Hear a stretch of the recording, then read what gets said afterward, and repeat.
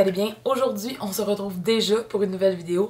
Je sais pas quelle mouche m'a piqué, mais on est sur une bonne lancée.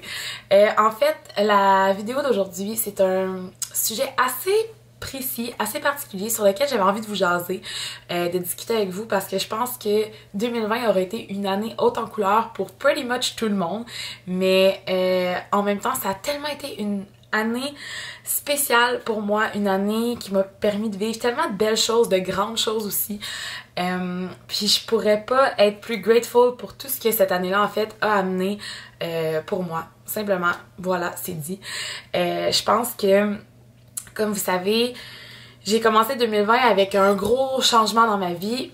De là, le vidéo qui avait été publié il y a quelques mois qui parlait d'un life update, donc qui annonçait que je repartais en étant seule, célibataire, puis que je construisais ma maison de rêve en fait, que je rénovais en fait la maison de mes rêves. Fait que on s'entend que quand tu pars ton année avec quelque chose comme ça, c'est assez intense. Tu sais que tu vas passer plusieurs mois sur le projet à te changer les idées puis à simplement focuser sur qu'est-ce qui va te rendre heureuse? Ta maison! Fait que, en fait, honnêtement, si je repense à 2020, j'ai que du bon à dire. C'est sûr que ça a été une période vraiment stressante, autant financièrement, autant au niveau de se poser des questions sur ce qu'on fait dans la vie. Est-ce qu'on a pensé à tout en cas de situation d'urgence comme ça? C'était un peu paniquant pour certains et même pour moi, honnêtement, tu sais, je mentirais pas, j'ai vécu ça quand même assez... C'était spécial, tu sais, comme le premier confinement, j'étais vraiment seule à la maison. À l'été, j'ai vraiment comme pris le temps de réapprivoiser, à sortir, à voir des gens, à aller au restaurant. C'était tellement étrange. Puis à l'automne, on dirait que moi, j'ai pas vu ça passer du tout à cause du travail parce que justement, on avait vécu c'était quoi le premier confinement. Puis là, on rentrait dans une autre phase. Et là, avec le couvre-feu, on vient de rentrer dans une totale histoire différente pour closer l'année 2020 et... se lancer vers 2021. Phew, quelle année! Si il y a quelque chose que je voudrais mentionner, c'est que cette année-là, en fait, s'il y avait un point par lequel je voudrais commencer, c'est en fait, ce sont des tatouages. C'est vraiment une drôle de façon de vous expliquer cette petite jazzette-là, en fait. Mais à l'automne, septembre, octobre, je me rappelle plus exactement de la date, je suis allée me faire tatouer. Des tatouages qui ont pour moi une très grande signification. J'ai eu la chance d'être approchée par une artiste qui s'appelle Kat Rufiange. C'est une artiste tatoueuse de Beauharnois qui se trouve à 30 minutes de chez moi. C'est sur la rive sud de Montréal. Honnêtement, elle m'a approchée. J'ai accepté de collaborer avec elle. Puis honnêtement, je savais ce que j'avais en tête parce que cette fille-là a un style très précis, un style magnifique qui va vers ce qu'elle aime créativement. Elle a un style bien à elle en fait. Elle fera pas n'importe quoi pour n'importe qui en fait. Elle va vraiment choisir des projets qui lui plaisent, qui lui parlent. Puis moi, j'ai accroché à ses papillons.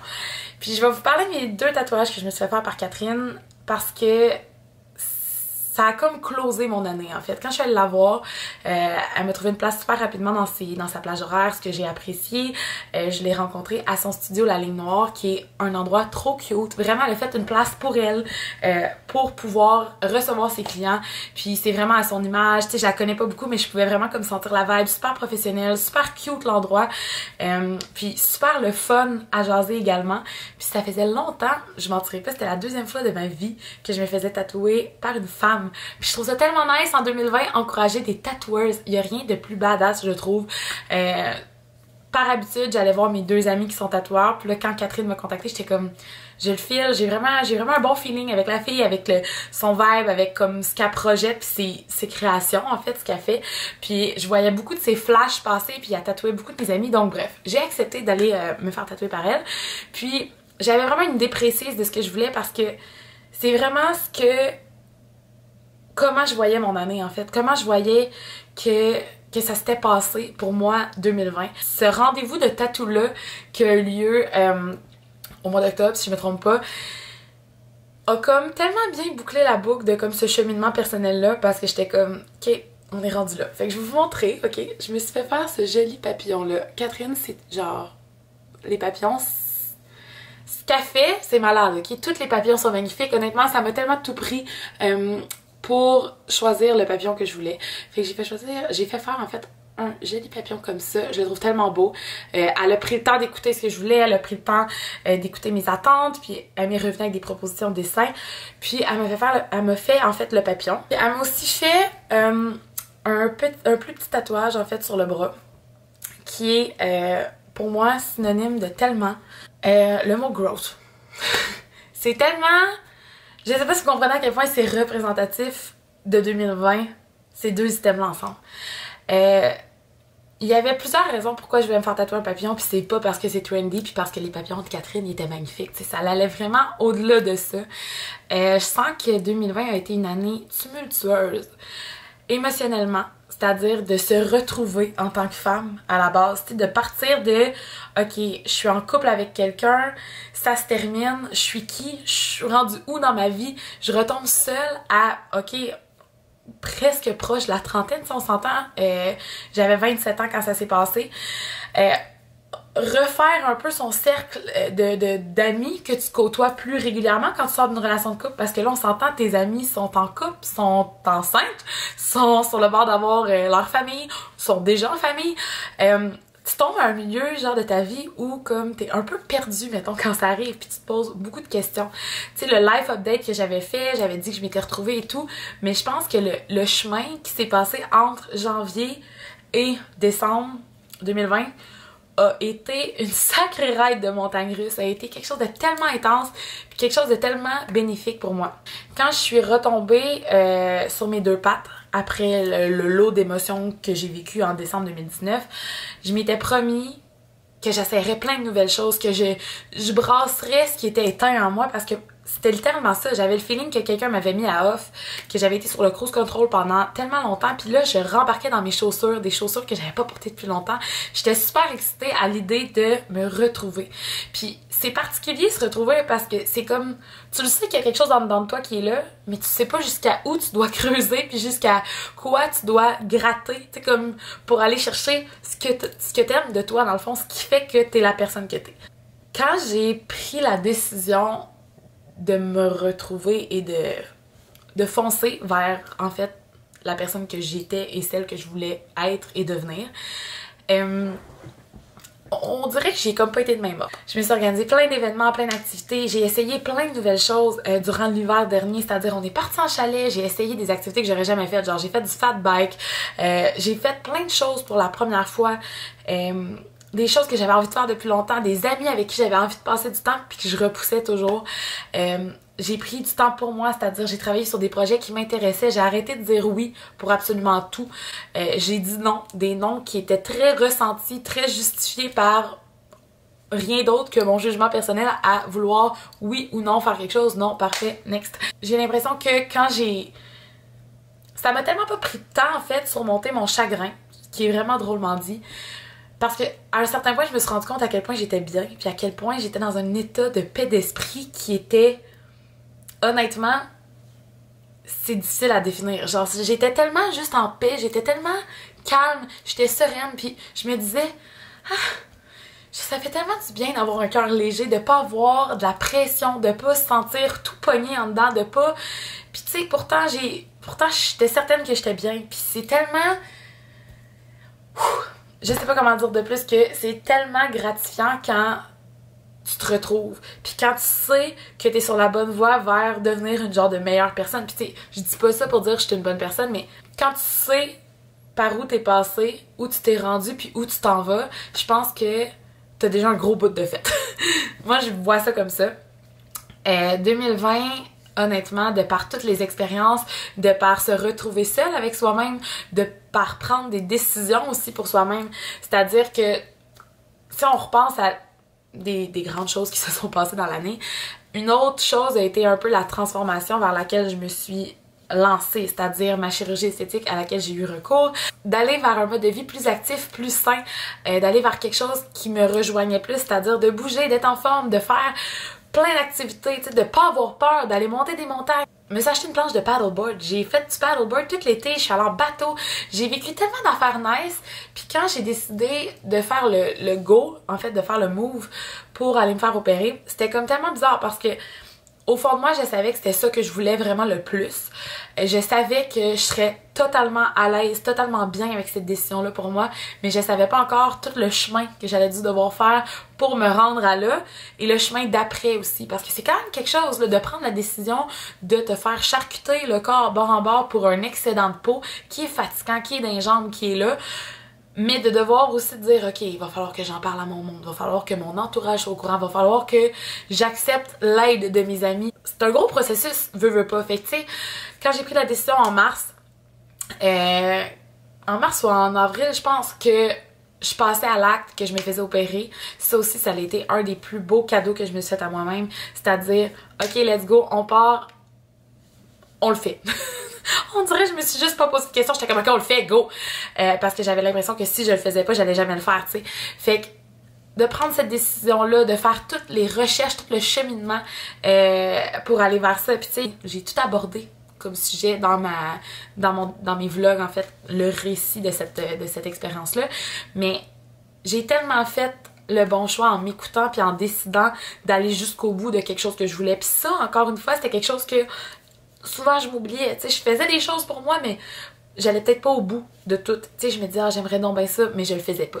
Honnêtement, pour 2020, ça a été une des plus belles choses que j'ai réussi à faire, m'écouter, puis faire ce que moi j'avais envie de faire jusqu'au bout. Le confinement a amené, c'est sûr, un lot de temps avec moi-même, c'est-à-dire de réapprendre à s'apprivoiser, réapprendre à être seule, à apprécier le calme de la maison, réussir à rénover une maison puis à faire ce genre de projet-là seule, sans rendre compte qu'on l'a fait finalement. À un certain point, on dirait que je voyais plus ça. Je voyais ça aller puis j'étais comme mon Dieu on s'en sortira jamais puis qu'est-ce que je fais là à avoir acheté une maison toute seule. Au début j'avais peur, j'étais comme je peux pas croire que je vais vivre dans ma grande maison seule puis finalement mai, juin passent puis je me rends compte à quel point je suis donc bien heureuse dans ma maison d'amour puis que je suis tellement bien dans cet espace qui est lumineux, qui est positif, que je suis contente d'avoir fait les choix que j'ai faits, que ça l'aide de acheter à choisir tel divan puis qui est confortable puis que dans le fond c'est mon choix à moi puis que je suis donc bien parce que je peux écouter mes émissions dans mon divan à moi dans ma maison. C'était wow! J'étais flabbergastée de l'effet positif que ça l'amenait juste sur mon moral à se dire aïe aïe, genre j'ai fait des choix pour moi, j'ai fait ça pour moi. Moi là, toute seule, je me suis acheté une maison, je l'ai rénovée avec l'aide de mon entourage, de mon père, puis j'ai fait ça pour moi. C'est tellement le fun. J'ai même pas de mots à vous dire. Pour vrai, je deviens honnêtement, 2020, j'ai même pas de mots comment c'est une belle année, comment que ça a été, comment j'en tire que du positif puis que je peux pas être amère face à tout ce qui s'est passé parce que ça serait effacer genre la plus belle tournure de ma vie, mettons. Quoi d'autre? C'est sûr que l'opération, ça a été quelque chose d'intense, je veux dire, tout qu'est-ce qui s'en est suivi, réapprendre, tu sais, ça a été quelque chose d'intense par la suite, réapprendre à m'apprivoiser avec ça, c'est-à-dire que tu fais un énorme changement sur ton corps, faut que tu réapprennes à vivre avec ça. C'était différent, c'était nouveau, c'était un regain, littéralement. C'était comme un turnover en fait. Même dans mon intimité, dans mes relations, j'ai dû réapprendre à dealer avec tout ça dans le fond, puis ça a tellement été une belle découverte aussi, découvrir sa sensualité, découvrir comment on se perçoit, comment on se voit, réussir à se dire que enfin on est encore mieux qu'on était parce que calvaire, je pense que vous le savez, ça a jamais rien changé pour moi d'être aussi bien dans ma peau, mais là c'était comme un summum de genre enfin je suis bien, enfin je peux faire tout ce que je veux, je peux porter les vêtements comme ils sont censés tomber. Ce genre de cheminement là, ben c'était comme un peu genre de passer de la chenille au papillon. C'est la pire comparaison au monde! Mais c'est littéralement ça. J'ai l'impression d'avoir tellement grandi, d'avoir tellement appris, d'avoir fait des choix pour moi, puis en bout de ligne, c'est genre probablement la plus belle expérience que je vais avoir vécue de ma vie. Fait que ces tatouages-là, le tatouage du papillon représentait pas juste un papillon trendy. Je le voyais vraiment comme une évolution, en fait, d'être passé d'être, oui, moi, mais d'être tellement pognée, d'être tellement poche, d'être tellement négative à here I am, j'ouvre mes ailes, je suis là, yo. Pire comparaison. C'est la pire comparaison. J'ai vraiment un feeling qu'il y a rien qui arrive pour rien dans la vie, puis j'ai vraiment l'impression que j'ai fait que des bons choix. Des fois, je me remets en question, par exemple, mais comme ça arrive à tout le monde. Le mot growth, que j'ai juste ici, Mon growth, c'est surtout parce que j'ai réalisé que j'avais changé dans l'année. Le papillon était quelque chose au niveau vraiment de la transformation qui s'est passée ici, tout ça là. Mais le petit mot growth aussi était quelque chose à quoi je tenais particulièrement parce que ça prouve à quel point l'humain est fascinant. C'est-à-dire que on a beau avoir 28 ans, avoir la moitié de sa vie. Ça serait pessimiste de dire la moitié de sa vie, mais je dirais plutôt qu'on a beau avoir fait un maudit gros bout. Puis encore là, la vie te surprend, la vie t'amène ailleurs, la vie te fait voir que en tant qu'humain, là, tu peux t'améliorer, tu peux changer, tu peux grandir, t'en as encore à apprendre.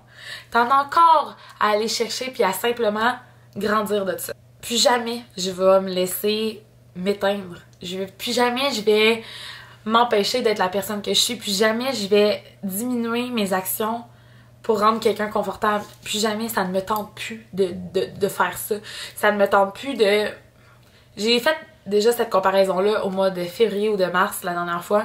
J'ai pas envie d'avoir un dimmer sur moi pour plaire à quelqu'un.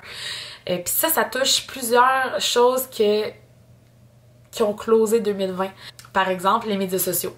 On va faire une mise en scène, ok? Admettons, je vais parler à quelqu'un, je vais être en train de parler à quelqu'un sur un site de rencontre, Tinder, mettons, ou Bumble. Puis là, je suis pas souvent ici, est-ce qu'on s'ajoute sur Instagram? Et là, j'ai cette crainte-là d'Instagram. Instagram.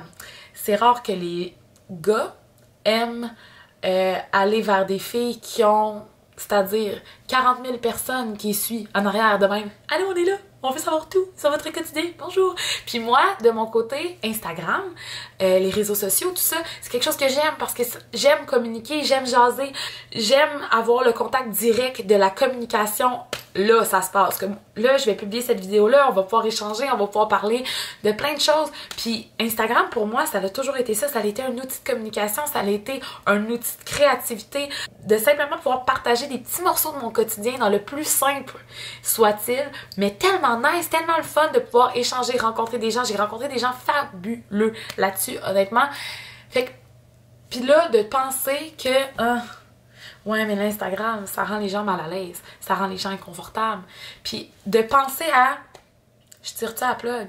Parce qu'à un certain point, ça revenait. Je me disais, je trouverai jamais quelqu'un qui va vouloir être avec moi parce que j'ai trop de grande gueule. Je trouverai jamais quelqu'un qui va vouloir être avec moi parce qu'il va penser que constamment, 24 sur 24, j'ai mon téléphone dans les mains, que littéralement, je filme ma vie au grand complet, alors que pourtant, ce que je présente, c'est entièrement moi. Mais c'est peut-être 50%, 60% de ma vie privée qui est exposée là, alors que parfois les gens ils pensent que vu que t'as des gros chiffres, que t'as ci, que t'as ça, c'est vraiment d'exposer ta vie tout bord, tout côté, toujours. Il y a beaucoup de choses que je garde pour moi, il y a beaucoup d'aspects de ma personnalité que les gens ne connaissent pas comme ça, mais c'est quand même moi, puis je suis de même, tu sais. Fait que ça a été de me poser la question, de me dire, mais là, tu sais, est-ce que finalement un jour je vais plaire à quelqu'un? Est-ce que finalement je vais rencontrer l'homme de ma vie à 28, 29 ans? Même si je fais ce que j'aime le plus faire au monde, moi-même, j'étais en train de me démer, j'étais en train de me dire, là, relax Marcel, baisse ta switch, tire la plug, enlève les réseaux sociaux, tout ça. Puis là, j'étais de même. Mais j'aime ça. Pourquoi je devrais arrêter de faire quelque chose que j'aime alors que ça m'a, pendant la dernière année, la chose qui m'a remis le plus en vie puis qui m'a remis le plus on track, c'était de justement faire ce que j'aimais. Encore là, c'était comme une situation où il fallait que je deal avec mes propres questionnements, mes propres petits démons à me dire là ça va être correct, tu vas juste faire ce que t'aimes, faire ce que t'as l'habitude de faire, tu te tireras pas la plug parce que t'en as encore du stock à râler sur internet. La journée, quelqu'un va être assez compréhensif pour ce que tu fais, va être admiratif du travail que tu fais, va être down de ton mode de vie d'entrepreneur puis qui va vouloir embarquer à 100%, pas juste à moitié. Il va arriver puis il va être là, puis que ça soit là, que ça soit dans 4 ans, je crois que cette personne-là va finir par arriver un jour. De là aussi, cette espèce de personal growth, d'avoir pensé à tout arrêter, encore une fois, par peur de déplaire, par peur d'être too much, mettons. Fait que j'ai réalisé que j'avais un genre d'ultimatum étant j'y vais. Mais si j'y vais all-in. C'est-à-dire, j'ai déjà tout de construit devant moi. J'ai déjà une carrière dans cet aspect-là. Fait que c'est soit j'y vais all-in, je saute dans le ravin, je me pitch ben raide, je regarde pas en arrière puis j'y vais. Ou j'ai les deux pieds sur le bord et je recule tranquillement jusqu'à tirer la plug. Finalement, je me suis rendu compte que actuellement, je suis toute seule. j'ai que ça à faire. J'aime ça faire ça et c'est la chose qui m'amène le plus de positif dans ma vie, que ce soit à travers les échanges que je fais avec vous, que ce soit à travers les beaux partenariats que je fais. J'ai collaboré avec des marques là, qui sont tellement nice. J'ai échangé avec des professionnels de marketing, tout ça. J'ai vécu des trucs débiles à cause de ça. Puis je suis pas prête à tirer la plug. Puis ça, encore une fois, ça a été de m'écouter puis de me choisir. Fait que la transformation puis la personal growth, ok, ça a été genre les deux choses qui peuvent résumer vraiment mon année. Honnêtement, je pourrais pas être plus grateful pour tout ce qui s'est passé cette année, honnêtement. Puis à quel point on est bien quand on est avec soi-même, puis quand on respecte ses propres choix. C'est-à-dire que c'est vraiment facile de dire de respecter les autres, puis de penser aux autres, de pas être égoïste, tout ça. Mais des fois, être égoïste à la bonne quantité, je pense que ça a vraiment, vraiment son positif. C'était mon petit recap de 2020. Un petit jazzette comme ça de 23 minutes. Oh mon Dieu! Puis je suis revenue tardivement sur mon expérience avec Catherine parce que je suis tombée dans une spirale de travail. Sortir ça, clencher des collaborations, j'étais en retard dans tout, ça avait pas de sens. Puis je voulais simplement vous partager l'expérience à travers le pourquoi du comment. C'est rare que je parle de la signification de mes tatous. Tu sais, j'ai un oncle à bateau piercing infini entre les doigts, on s'entend. C'est pas parce que je veux aller me canter dans le fond du lac et c'est pas parce que je veux vivre jusqu'à l'infini, mais il y a certains de mes tatouages qui ont une petite signification un peu plus. Puis sachant que j'ai tardé à vous parler de cette collaboration-là avec Catherine, je voulais le faire de la bonne façon. Je voulais prendre le temps de vous expliquer le pourquoi du comment. Des fois, une simple image, un simple tatouage peut aller tellement plus loin. Puis honnêtement, ces deux-là vont rester sur moi avec les plus beaux morceaux, je pense, de mon histoire de jeune femme, mettons. Je suis tellement contente. Je suis tellement contente d'être là aujourd'hui, où est-ce que je me trouve, puis d'être grateful aussi, c'est important. Je pense que d'être grateful aussi pour tout ça, c'est vraiment important parce que des fois, les gens, on est tellement dans un automatisme, surtout avec la vie d'aujourd'hui, c'est facile de tomber dans un genre de... Je l'ai déjà dit, de tomber sur le cruise, de vraiment juste rouler au fil de la routine, puis de penser que c'est ça, notre vie. Mais quand tu réalises qu'il y a des fois plus qui t'attend, puis que tu ne veux pas te contenter du minimum qui vient vers toi, je pense que l'évolution de ça, c'est juste la plus belle chose qui peut t'arriver. Fait que c'est ça, c'était mon petit TED Talk. C'est gênant! Moi j'arrive sur YouTube, je suis comme yo guys, ça fait longtemps qu'on s'est pas vu, je vous drop une vidéo émotionnelle, let's go! Fait que c'est ça, j'espère que la vidéo va vous avoir plu. Gênez-vous pas à me partager vos meilleurs moments de 2020. Je suis convaincue qu'il n'y a pas eu juste le confinement puis les maudites conférences de presse de François Legault sur quoi on peut discuter ou sur quoi on peut se remémorer 2020. Je vous invite à me partager dans les commentaires peut-être un petit quelque chose de positif qui vous est arrivé cette année parce que calvaire, on en a besoin. J'espère vraiment que 2021 sera rempli de magie, de beaux moments, de douceur malgré ce qu'on vit actuellement. Faut pas lâcher. Moi, je vais être là pour vous divertir pendant ce temps-là. Bye guys, prenez soin de vous.